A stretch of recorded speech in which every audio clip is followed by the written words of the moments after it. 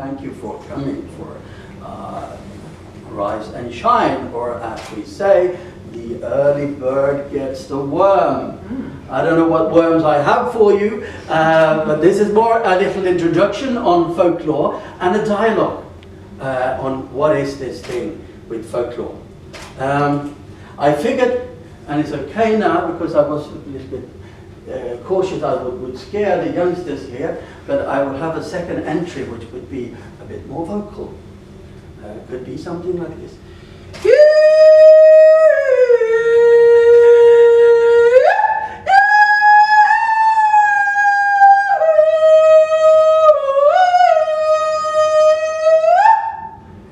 If you were up there, up the mountains, and you were on your own taking care of all them sheep or cows, and you need to communicate, and your friends was over there, and that would be like maybe a mile away in another cottage, milking, making the cheese.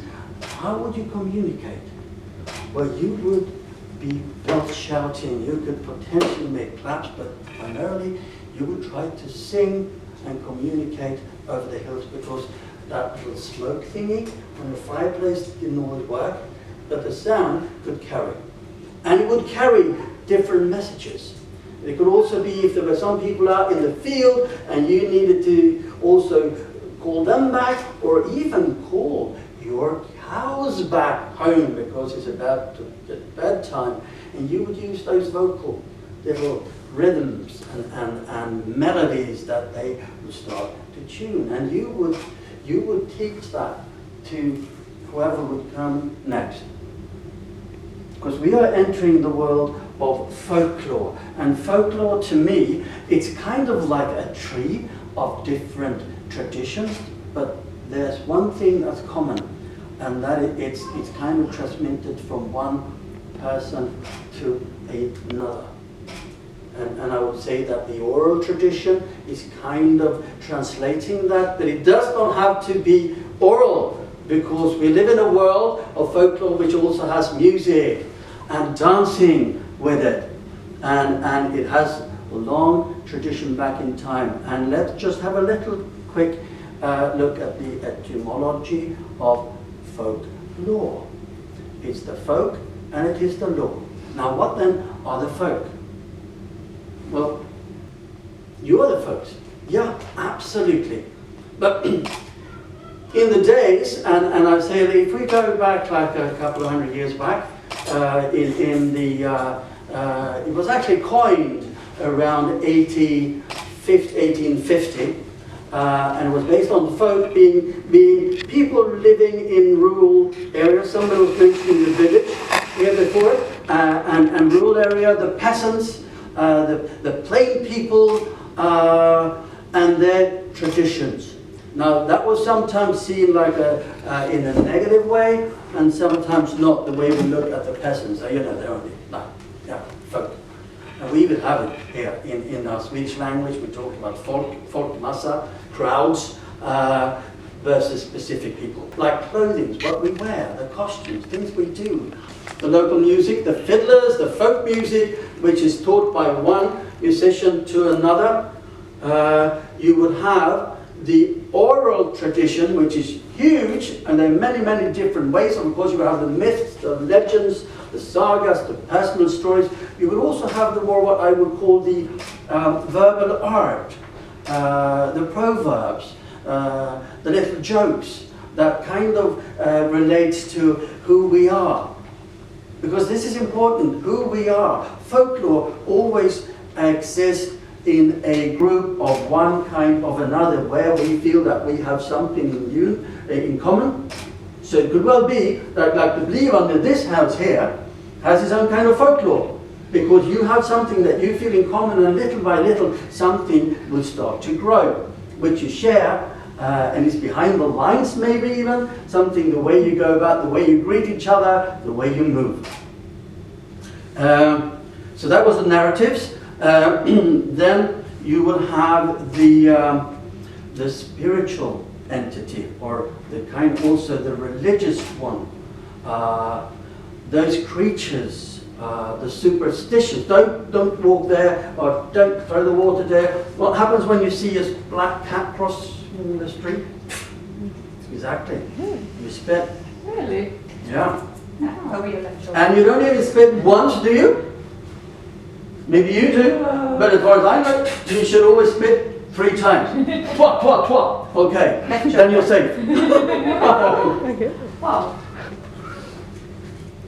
And you will have them. This is where somebody mentioned here the trolls, the giants, the trolls, the creatures, but even the godly words and the creatures of our gods are also within the spiritual realms of folklore.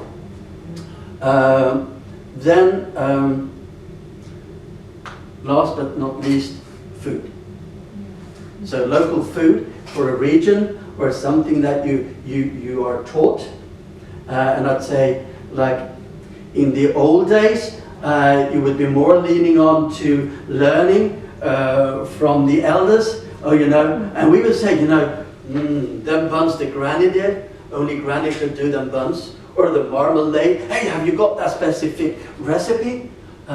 Which you can't find online. I mean, it was brilliant. So those are the 5 branches of the stem of folklore. The materialistic, the music, the oral tradition, the spiritual, and the food. So, and it is to connect us as a group. Now, Anna, you were connected to the art somehow here, or yeah? Can I just borrow you for a second? Now, one of the most dance-wise, you would have like waltzing. It's a 3, so this would be a very common way, easy way of getting to know each other. So waltzing, of course, is part of many traditions, folklores. 1, 2, 3. And we would sing to that. I could have almost had a violin player today, but I will sing to you. And I will sing to you in Swedish. Do it. Allt du vill ha, det får du. Allt du vill ha, det får du. Hela min kropp och halva min själ, ja det ska du få, för du dansar så väl. Hela min kropp och halva min själ, ja det ska du få, för du dansar så väl. Thank you. Yeah, because I dance so well. Well, only half my soul, not the whole of it. See, everything you want, baby. That's really lovely. Yeah, Thank you. So this is a traditional song which is about connecting to the other, or as a fellowship, as a group. And often that's what's kept within the folklore. Finding those things that unite us as a group. And in particular, that's where the oral storytelling comes in. You know? And I will a bit further on come on to the difference between folklore and what is not folklore. But if you go into that oral tradition and the narratives and the storytelling, and if you go back in the olden days, all the villages had their storytellers. They had the chief and they had the spiritual leader. And I'd say that the Australian culture was one of the last to really keep in the Aboriginal tradition to keep the storyteller, because the storyteller kept the stories of the village together. And I had a friend who went down there to see the storytellers, and he came to a remote village and they said, sorry, he wanted to see the storyteller and said, no, our civilization here, or civilization, whatever you call it, is doomed to die because we have lost our last storyteller. We have nobody to keep our stories and to help us. He went to the next village, and there they had a storyteller.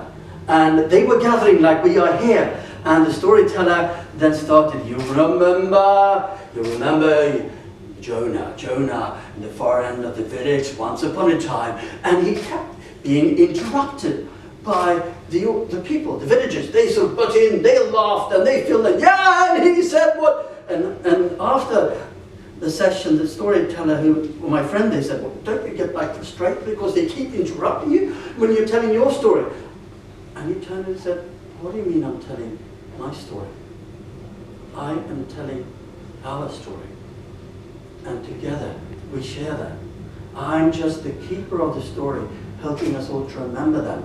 And then jointly we feel part of a unity. We understand what we are, why we're here, because of our stories. And that gives an identity, which makes life worth and to understand. And that thing of understanding, that's an interesting aspect as well. Because in particular, I say actually more worldwide, but if we look at the Nordic legends and stories, very often they're connected to the forest. Why? Because people were living close to the forest. We were not like living here now in urban big towns. We were living by the forest, and the forest we did not know. There were things that we didn't understand, and we needed to find some kind of, it had to make sense in one way or another.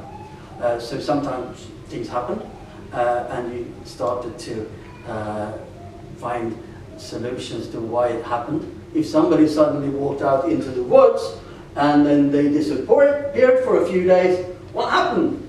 Where were they?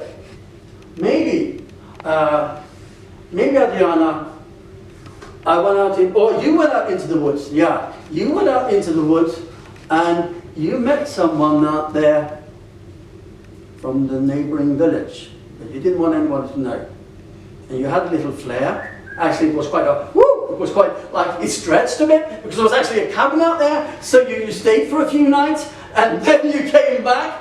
And of course you couldn't say, well, you know, I met Johnny next door. It's because, yeah, no. You already had some very close friends in this village. So what you say, yeah, no, I was taken by the lady of the woods. I remember nothing. And what? Yeah, okay, cool. Oh, wow, she's, yeah, you have to be careful when you walk out into the forest. As goes for one of our famous, most well-known stories, Little Red Riding Hood. Lilla Rödluvan, Red Riding Hood. I think that's probably one of, if not the most well-known like fairy tale or story. It has different shades depending on where and who's been telling it. And of course it's filled with symbols. You wouldn't wear red if you were like decent, or it could either be the symbol of actually a woman becoming of age. So becoming available in a different way, and we have many traditions where we cover our hair or we cut it, or so you show the difference between a child and a young woman. So Red Riding Hood is definitely a sexual sort of interaction, walking into the woods with food to going to see her granny, and the woods has like different meanings. Some say that the woods are the wilderness, the unknown. Other people say that that is actually the awakening of a sexual awareness. If you go into the psychology part of it, many of our characters, when they do a personal transformation, they almost, in our stories, they almost always walk into the forest. And that's where the transformation comes, and they walk out as something else. If you think about the woods, or the hoods. This today, for many, is called a hoodie. And it's often used by people living in the hoods. What are the hoods? What is hood to do? What is hoods to you? Hoods. If you live in the hoods? Well, it's kind of the outskirts of town. You're not like downtown and sit in the hoods. It's like out there. Residential. Yeah, and often it's like the people living there, they're proud of it. I mean, I would speak to you in Rinkeby English or Rinkeby Svenska, or hey bror, du va? So on, and you know, okay, I'm in my own world. I was asking my other son and say, what? You know, when I go to the gym and I don't want to be disturbed, I actually take the hoodie on, and then I know that people won't disturb me because I just want to be on my own. I want to do my workout. But it can also be because you don't want to be seen, recognized. Are there any trolls? Do we even use the word of trolls in social media? Oh my goodness. Yeah, we do. And are there any like scams on social media or on the net? Of course, we're trying to be fooled all the time, and we don't know. I mean, some of us are more savvy on the internet. I got scammed the other day. But yeah, and I did last night as well. There was another that would try to scam me. And of course, if I speak to my parents, I mean, that's the woods. They have no idea, and they sort of panic because they need to